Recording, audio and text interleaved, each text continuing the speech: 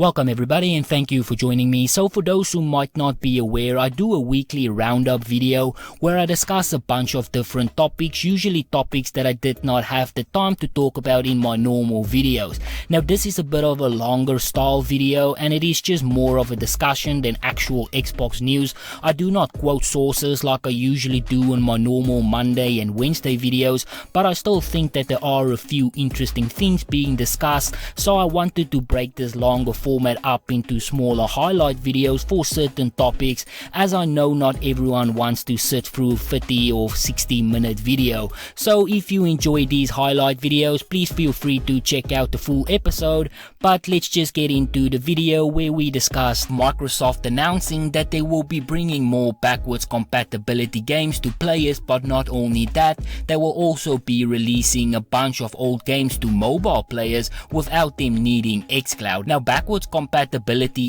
is one of these features that Xbox have been heavily touting leading up to the launch of the Xbox Series X and the Xbox Series S. People have been asking for backwards compatibility since the Xbox 360 and it just seems like we would never get it. It is one of those advantages that PC always had over consoles, and it still kind of does, but it was clear that Xbox really wanted to make the effort and bring those old titles to new players on their new systems. I believe Xbox started with backwards compatibility all the way back with the Xbox One. I remember those classic Xbox games started to pop up on the Microsoft Store, and then also when Game Pass was announced, they released so many more games, especially Xbox 360 games. It was one of the reasons why I really love Xbox Game Pass. They brought so many classic Xbox 360 games that you can just play all over again. I never thought that I would be able to play through all of the Fable games again on console until I signed up for Game Pass. The original 3 Gears of War games was also a very pleasant surprise. I used to love playing those games, and when I got to replay them on my Xbox One, they were just as fun as I remembered. To my surprise, they also looked and played a lot better. I do believe they were part of the games that Xbox gave a frame rate boost for, which is another thing that I really love about this whole backwards compatibility thing. They are not only bringing those games back to the new console, they are also ensuring that they run better by giving them this big frame rate boost. You don't really notice playing these older games on console when the game is locked at 50 frames, but you can just feel the smoothness of the game when they get that frame rate boost up to 60 frames or sometimes even 120 frames. I do now understand why so many PC gamers will go out and buy those massive 1440p refresh rate monitors. You just experience the game in a whole new way. Honestly, I would rather have a 1440p 120 frame gaming experience than 4K 50 frames or even 60 frames. Anyway, I just feel like I'm going completely off topic here again, but now that I am off topic, I just quickly want to keep the train off the tracks just for a little while, because there's something today that I saw that completely just blew my mind. Xbox obviously is doing a great job with Xbox Game Pass and also ensuring that they bring all of their games to PC as well, but did you guys know that Sony actually is doing the exact same thing? And this is where I need to fault Sony, because their marketing just sucks. Sony has a service called PlayStation Now, and it's not just on the console. They fully support the service on PCs as well. They have over 800 games that Sony officially supports on Windows. All of the God of War games is there, Uncharted is there, Killzone is there, and so many other exclusive Sony games, and I had no clue that they were supporting PC to that extent. Sony fans have been shitting on Xbox for doing this for years now, and here Sony is doing the exact same thing. Now granted, they are only doing it for older titles, but still, I have been thinking about buying a PlayStation for a while now. The last time I owned one was 15 years ago, and it just felt like during that time I missed out on so many good games, and I had no clue that you could just subscribe to PlayStation Now for $1 and play all of those games without having to even own a PC. I've been wanting to play Last of Us, and I always thought that you needed a PlayStation. I had no clue that it was just supported officially through Sony on PC. The same goes for God of War and Uncharted. I definitely want to check that out on PC and just see what it is like. I did hear that PlayStation Now is not very good, but for $1 I am willing to take that risk. Even if I just get one game out of it, I feel like it will still be worth it. But anyway, again, as I've said, I'm getting a little bit off topic here, so let's just get back on track. And the point that I was trying to make here is that Xbox is now putting a lot of focus on backwards compatible titles, ensuring that almost all of their previous games will be available for the new generation. I have heard people like Phil Spencer talk about this in the past, and based on what he's said, it is not a very easy task to bring all of those games over to the Xbox Series X and the Xbox Series S and run them properly on those new consoles. They need to go into each of those games individually and make a bunch of changes just to get those games to work. They also need to make a bunch of changes just to get that FPS boost, which is something that I actually did not know. I always thought that Xbox just used the power of the Xbox Series X to boost their older games using nothing but the power of the hardware.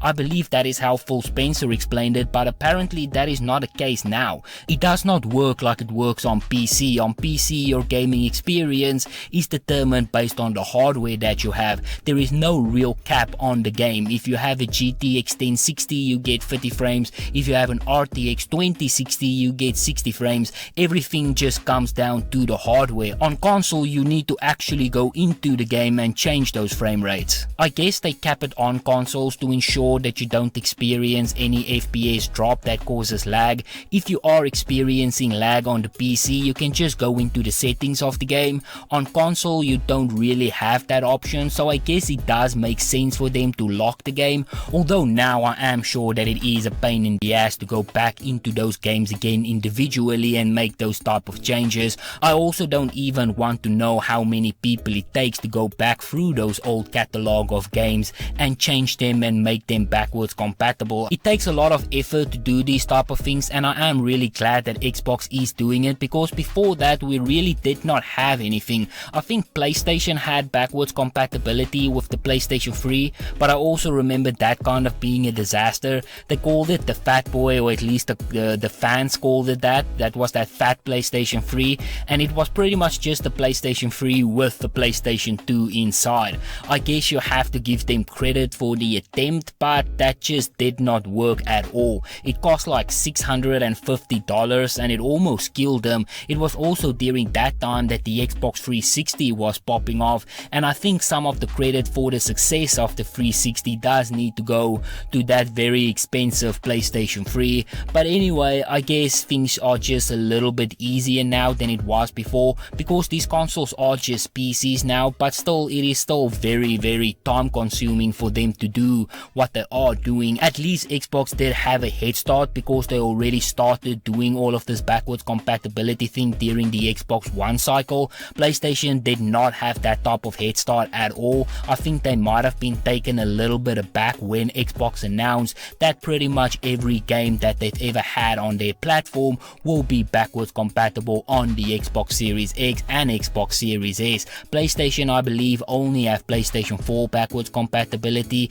and this is also where the famous "we believe in generations" from Jim Ryan comes from. Now, for me personally, I would never make a decision on which console to buy based on backwards compatibility, but I think the option is still nice. It's just going through all of those older games again and playing them is great, and Sony also had so many classic amazing games. It would be nice if they could do something similar to that. I still remember all of those classic PlayStation 1 and PlayStation 2 games, and I think I would really just love to go back and play all of those games again. I'm sure that there are plenty of people who also feel the same way. I know this because Sony just announced that they are closing their PlayStation 3 and Vita store, meaning that you will no longer be able to play any of those games unless you already own them, and I have no clue to what extent the backwards compatibility on the PlayStation 5 goes to. Maybe someone who owns one can tell me, but I did see a bunch of people who are upset with the announcement from Sony.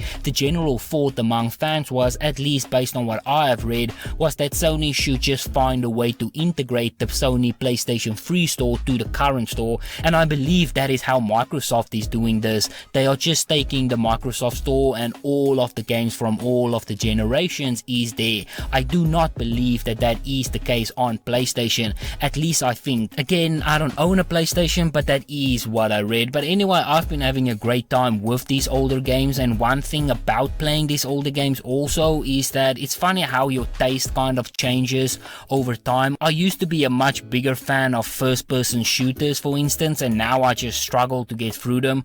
Another one where I noticed that kind of my taste in games have changed, and I hate to admit this, but this is with the Halo franchise, and that was kind of a big surprise to me. I love the games, but the other day I was playing through them, and for some reason I just could not finish them. I played through the first one and I just immediately got irritated towards the end, and I could not even finish the second game, and I don't know what is wrong with me. I just could not get into them. Now I am still very excited for Halo Infinite and I cannot wait to play it again, but maybe it's just because it's older games or something. I really don't know. The same thing happened to me with Mass Effect. I just could not get through the first game. I am still maybe planning on getting the remaster. I'm hoping that that would at least give me a little bit of a better experience. Honestly, I just think that your taste just changes over time when it comes to games.